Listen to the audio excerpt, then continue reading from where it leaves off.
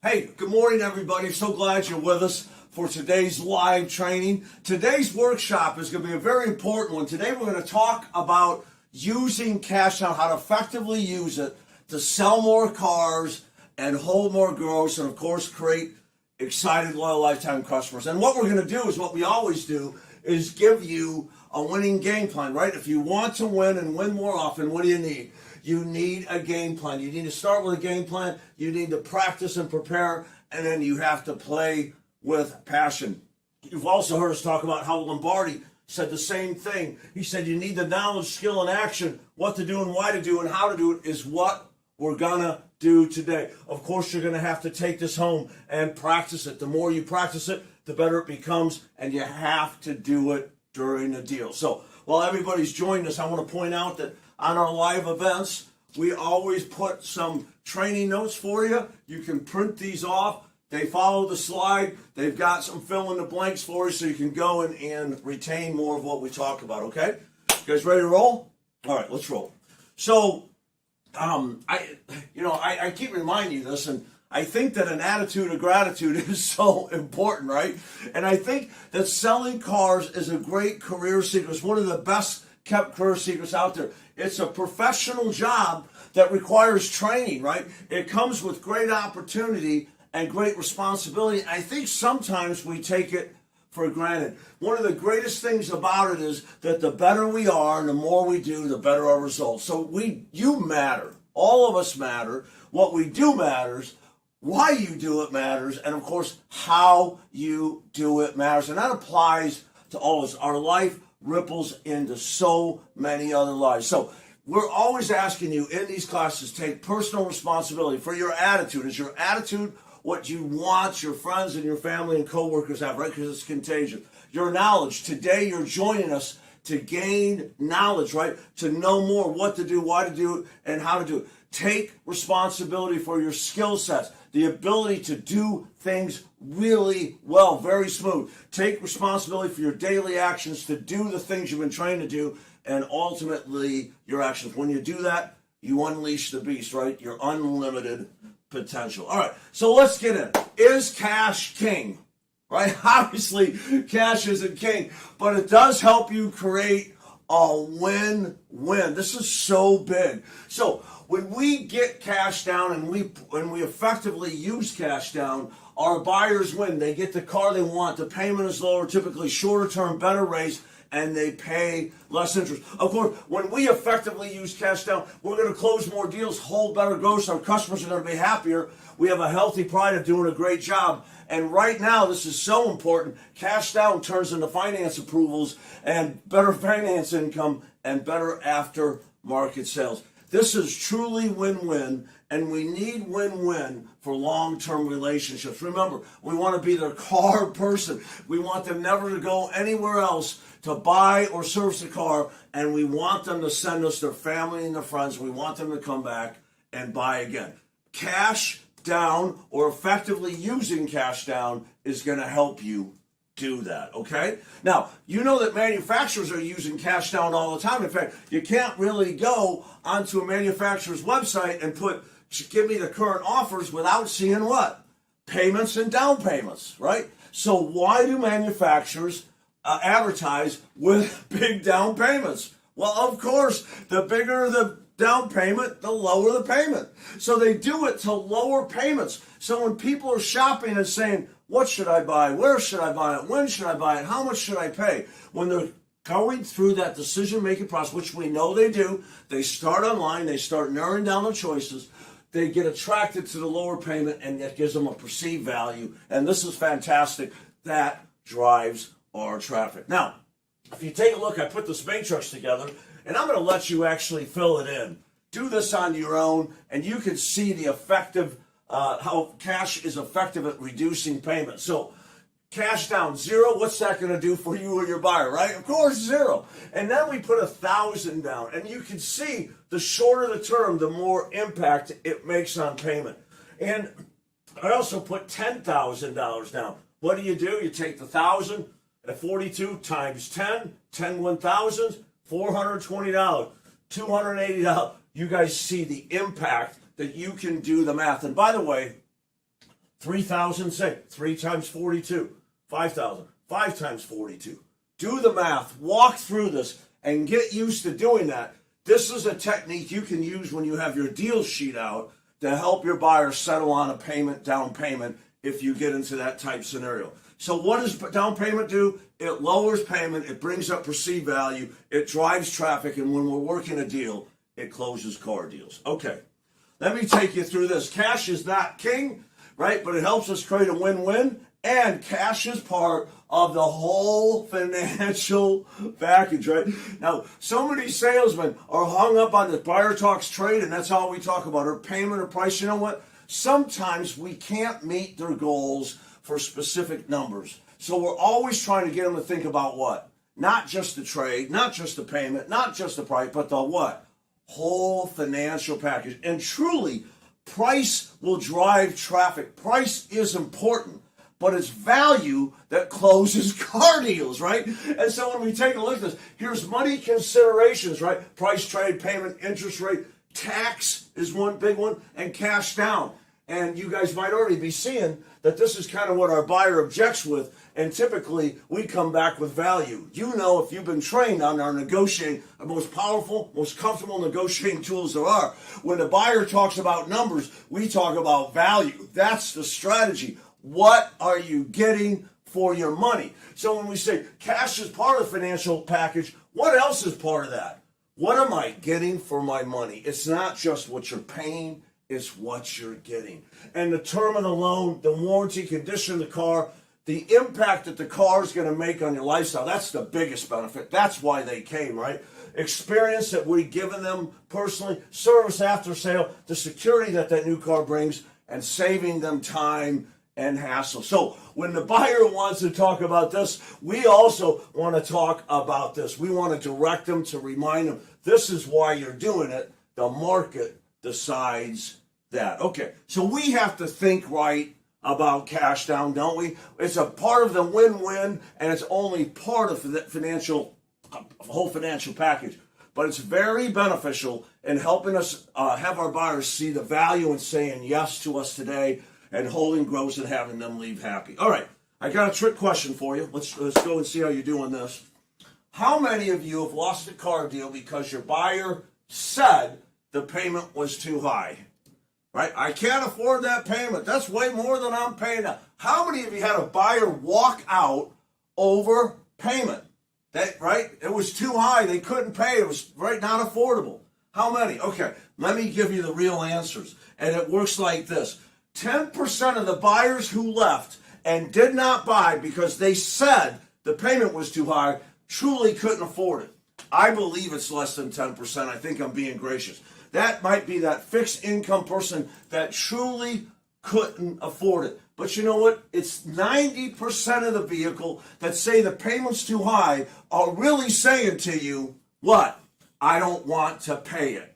I don't value the car that much. I don't value the lifestyle impact that much. I don't value the safety and security and the warranty and the condition and the mile. I don't value any of that stuff enough to pay the payment or put the money down to get a payment that I can swing. So I need you to think right about this. I need you to know when a buyer leaves over payment, it's rarely truly over affordability. It's mostly because they don't see the value. Isn't that our job? Okay. So let's give you another question, and here's the real question. How many of you have sold a car despite the payment being much higher than the buyer said they wanted to pay? How many of you? I know all your hands are up, right? The buyer's like, I can't go up in payment. I can't pay more than this. And they walk out $50 higher, $100 higher, $200 higher. $300. I had in class the other day somebody $700 higher. Haven't we all had that? So we have to ask ourselves, why will some people go up? Because they see the value. It always amazed me when the salesman would work payment really hard and the customer's so payment focused, and we just strip the deal and they get in the finance office and they come out $50 higher. Really? So how important was the payment? The buyer was trying to make sure they didn't pay too much. It wasn't about affordability, because they went in the finance office and they saw value, and they'll pay for value. That should be our lesson and our focus. So we've all had it, and what we want to do now is to win more often, right? The whole point of this training is we know you're winning, we just want to win more, right? And the better we do things, obviously, the better we play, and the better we play, the better our chances of winning, right? Now, what is winning to us? We know winning is, it looks like to a salesman, it's selling a car, it's creating an exciting, loyal, lifetime customer, it's holding a fair profit, creating a commission, it's living with a healthy pride, and truly, it's having that self-respect that leads to joy, peace, and satisfaction that we have every day, right? That's winning. Okay, so if we want to win, let's start with what we know.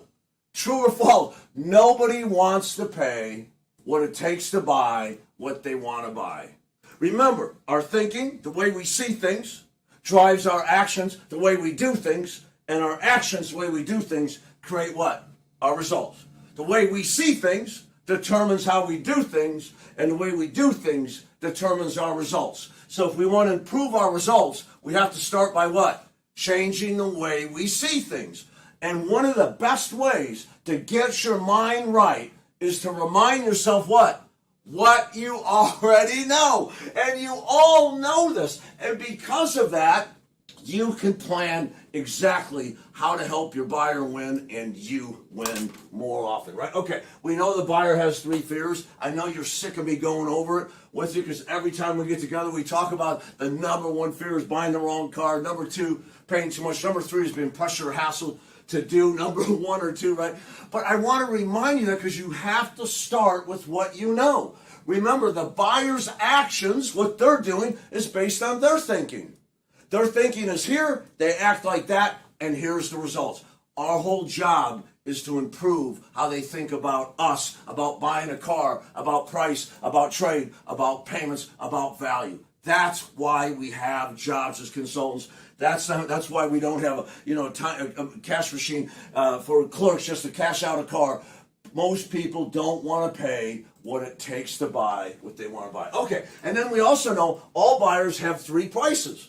They leave the house, here's what I want to spend, I find what I want, I'm willing to go up to this, but when I really find what I want, I always end up paying more. Isn't that true?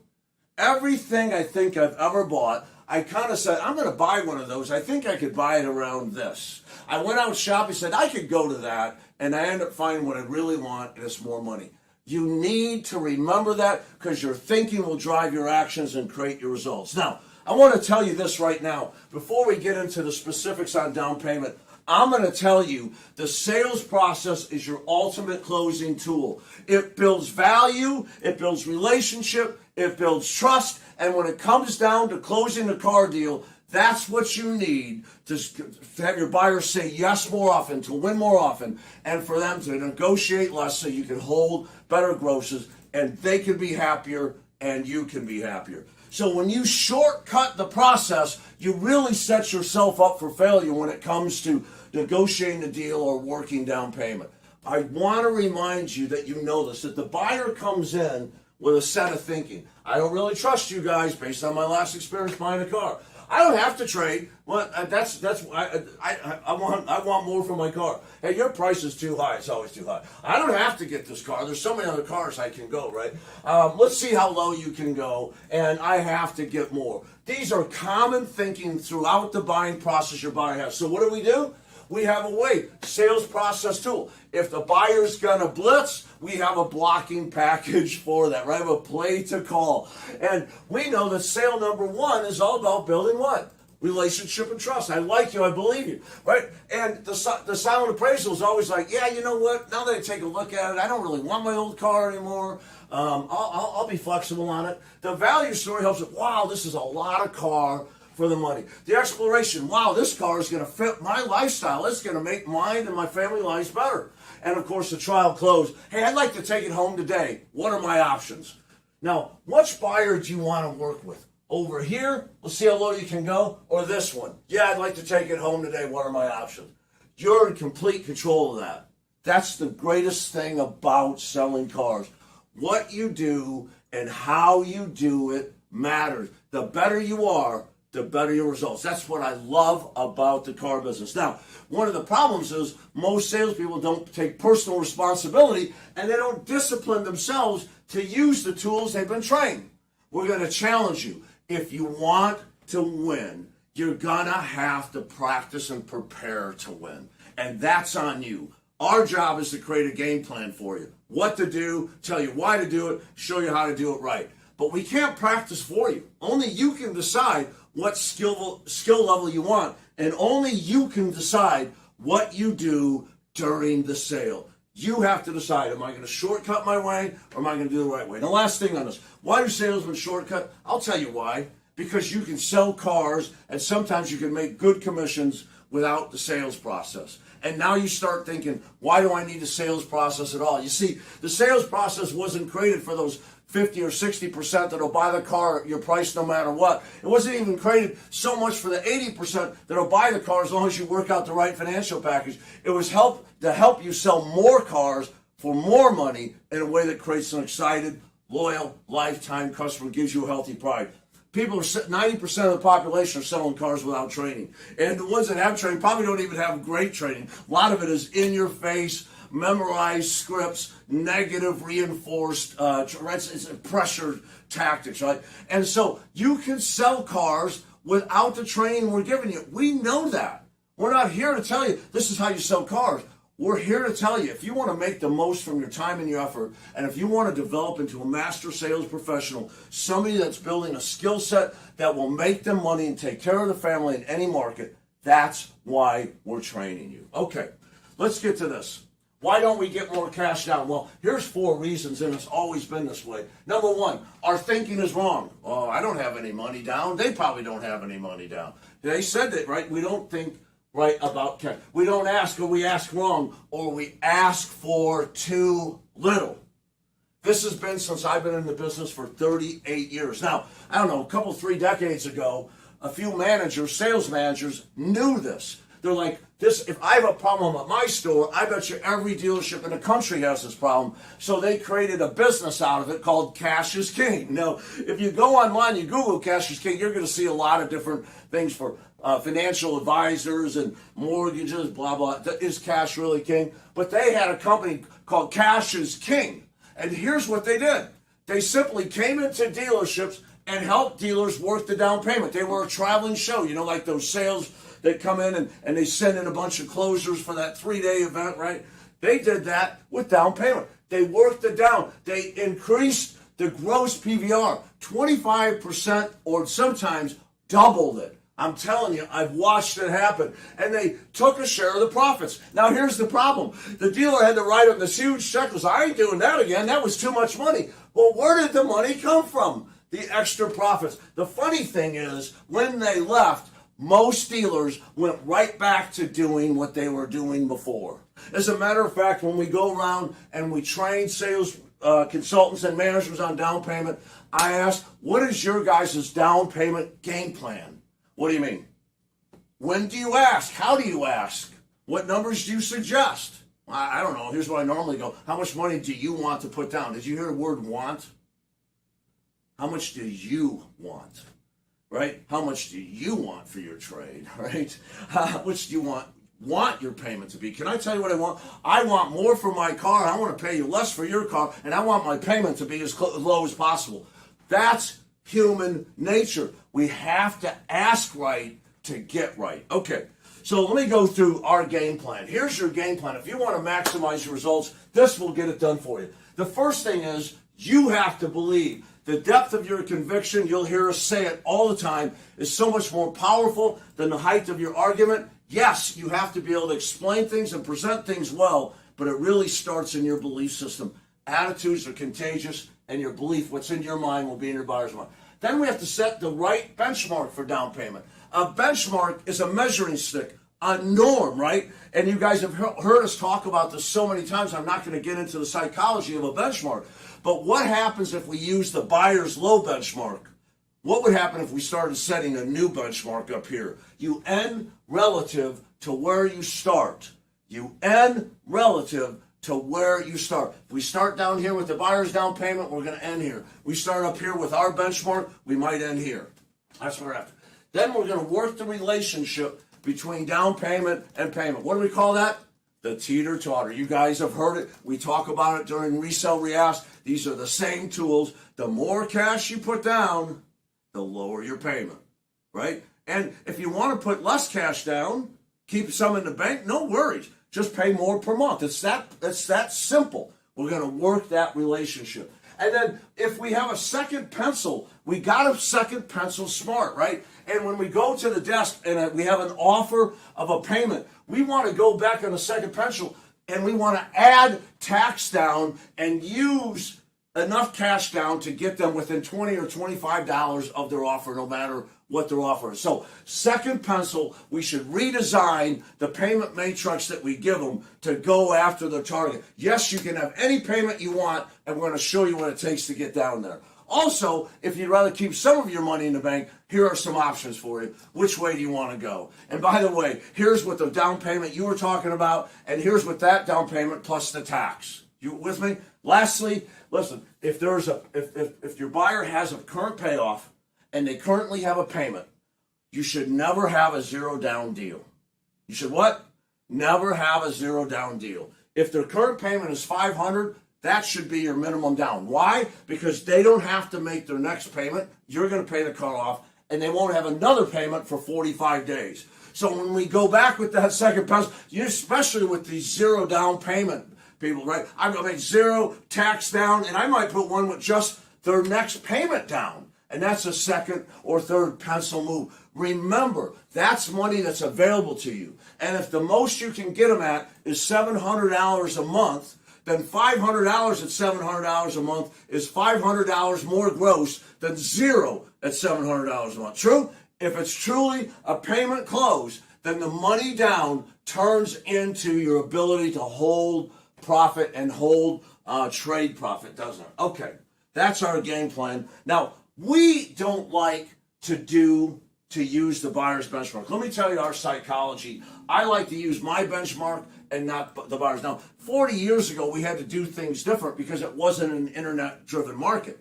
Now it's an internet-driven market. People spend 16 to 20, and the new research says those are going up 30 and 40 hours online, and they start their process online. I know you joined us last month with our selling cars over the phone, virtually closing car deals that way, helping buyers that are shopping by phone take that next logical step, building relationship and trust.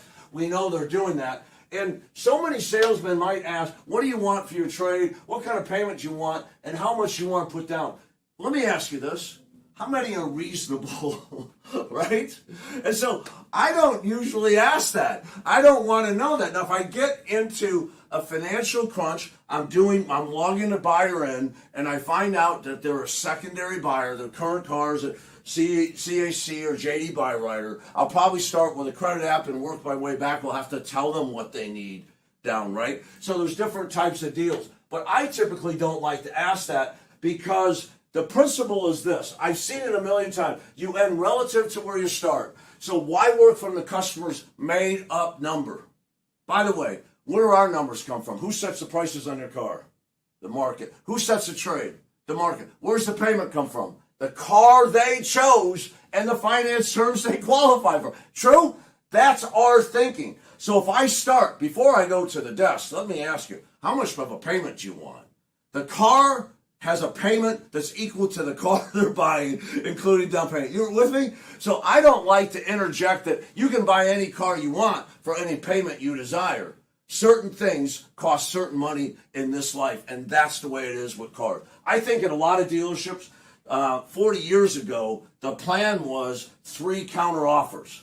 You know, the 4 square, peel them off the ceiling, get an offer, counter, get an offer, counter, and close. In fact, when I worked at Phillipsburg Easton Honda in New Jersey in 1987, They wouldn't accept an offer that didn't have 3 bumps on it, right? You were required to bump the buyer 3 times or they wouldn't approve your deal. So that's the way a lot of the car business went. Let's start here and then try to end here. Well, can I tell you something? Aren't we pricing our cars online? Are we pricing them to drive traffic competitively low? We are. I don't want to discount the car online to get them in and discount it again when they get here. Do you?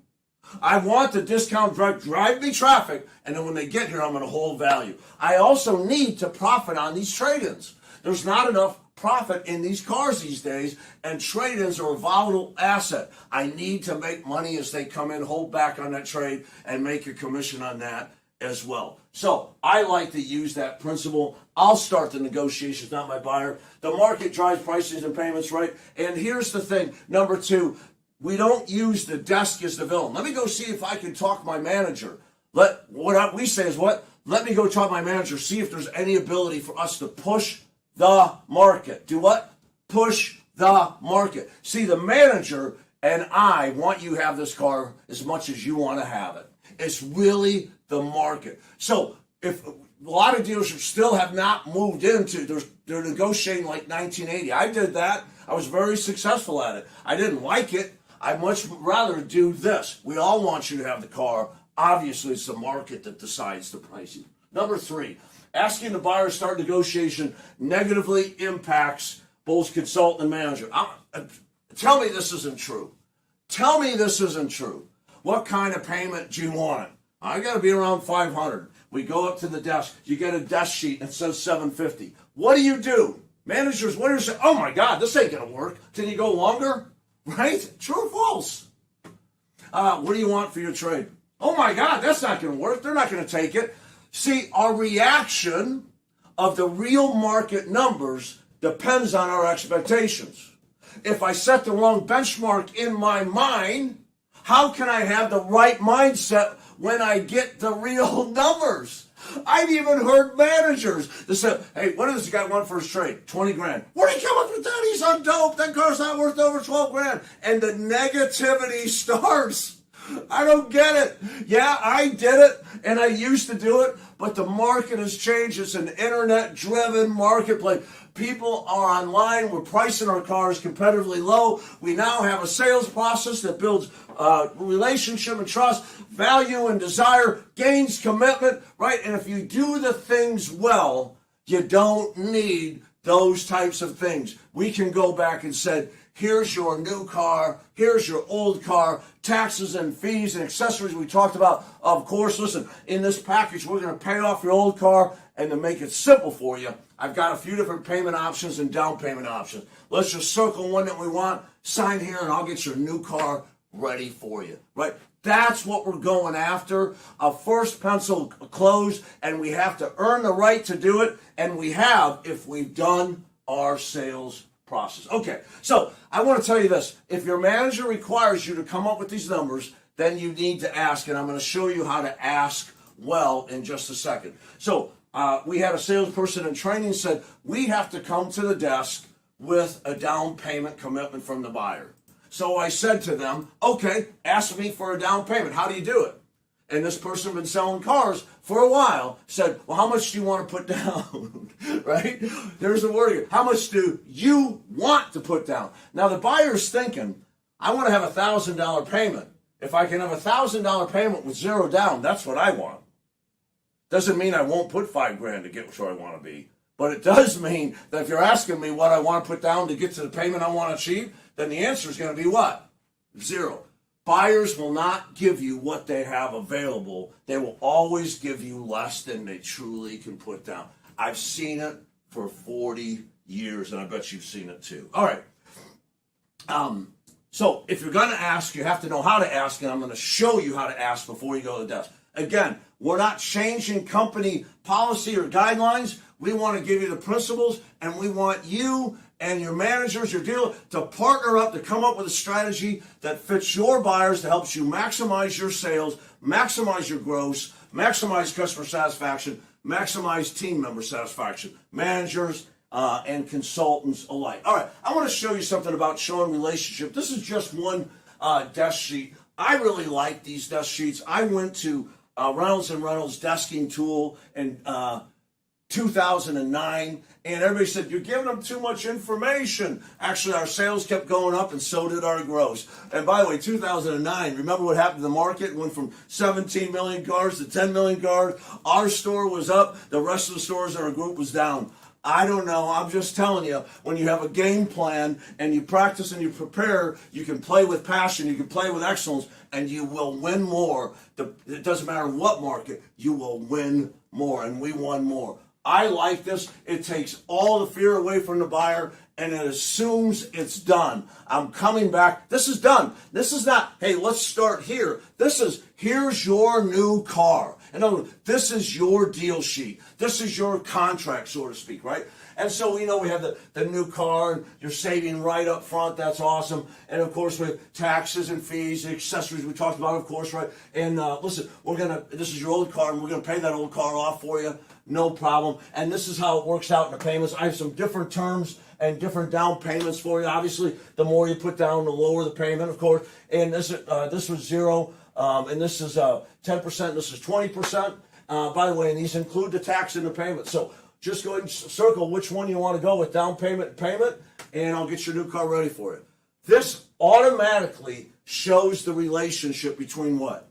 Down payment and payment. It also sets a higher payment. Well, I don't want to pay 14, I'll go here. It uses the benchmarking that this is good, nothing's good or bad compared to something else. So this might be higher than they're thinking, but it's a lot less than what?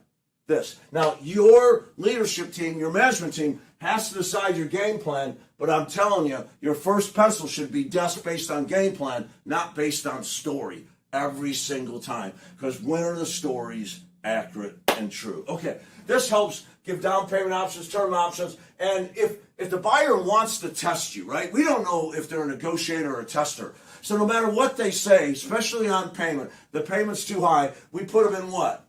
The resell re-ask funnel, right? I know exactly what you're saying. I'm the same way. Every time I go to buy something, I kind of leave the house. Here's what I want to spend. When I find what I want, it's always more. Isn't that normal, right? And so we use empathy. Then we use logic, the teeter-totter, right? Then we use the logic to let them know you can have any payment you want. The more you put down, the lower your payment. I've got a lot of buyers that do that. They'll put 10, 20% down to get their payment lower. That's what they value. I've got other buyers that like to put less down, keep it in the bank, and pay more per month. They pay 30, 40 bucks a week is not a big deal to them. They can keep some security and cash in the bank.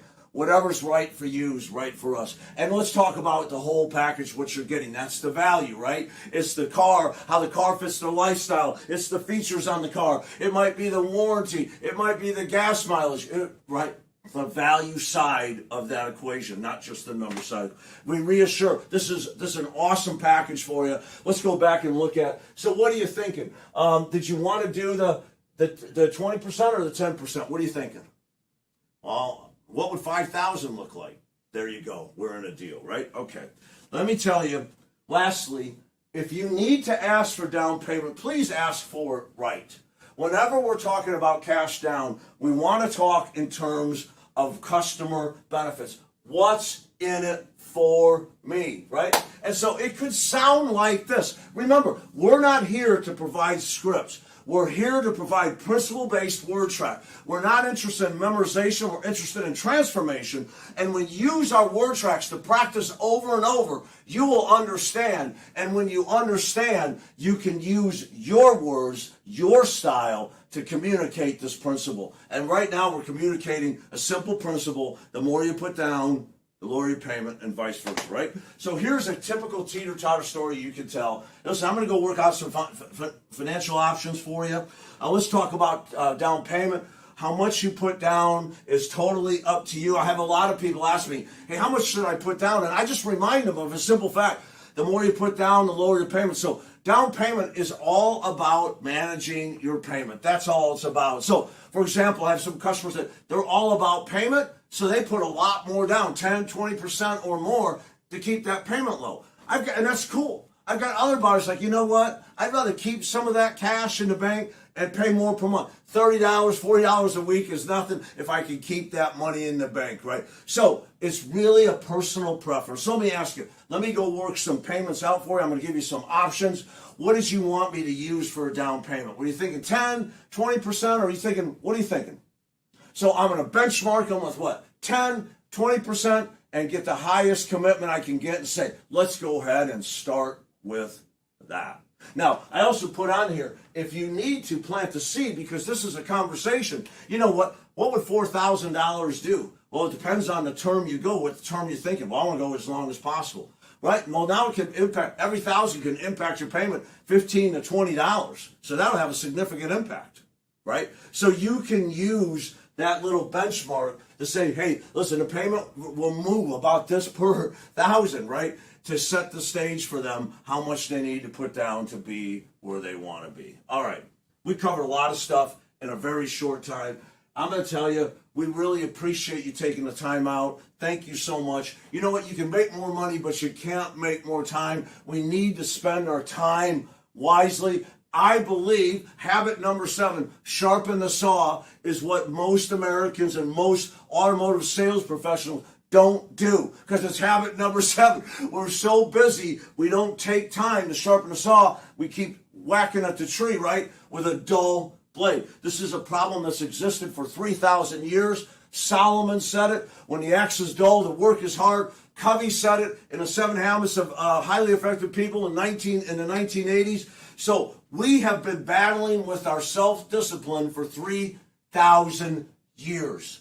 Right? What do I need to do to succeed? Those who have succeeded have taken personal responsibility. And when I mean succeeded, live to your God-given potential. I don't mean make some money. I mean really have the kind of success that you know that you're working with your whole heart and whole might. And it's a simple thing. You have the opportunity selling cars. Be thankful for that. Now you have training and knowledge. Be thankful for that. I didn't get that. And now you have the opportunity to turn that knowledge into skill through practice. When you do, your confidence goes up and you use those skills. And when you use them, you have success. And your success will drive your commitment. And the more commitment you put, the more opportunity. This is a guaranteed, proven success strategy. As sure as taking the opportunity, attending training, and not doing any of the rest of it is a guaranteed failure option. You might make some money if you have the right car at the right price, but you will not be able to maximize your result. What do you want? How often do you want to win? Do you want to win today and every day? Then you need to prepare with excellence. Prepare with excellence and play with passion. All right?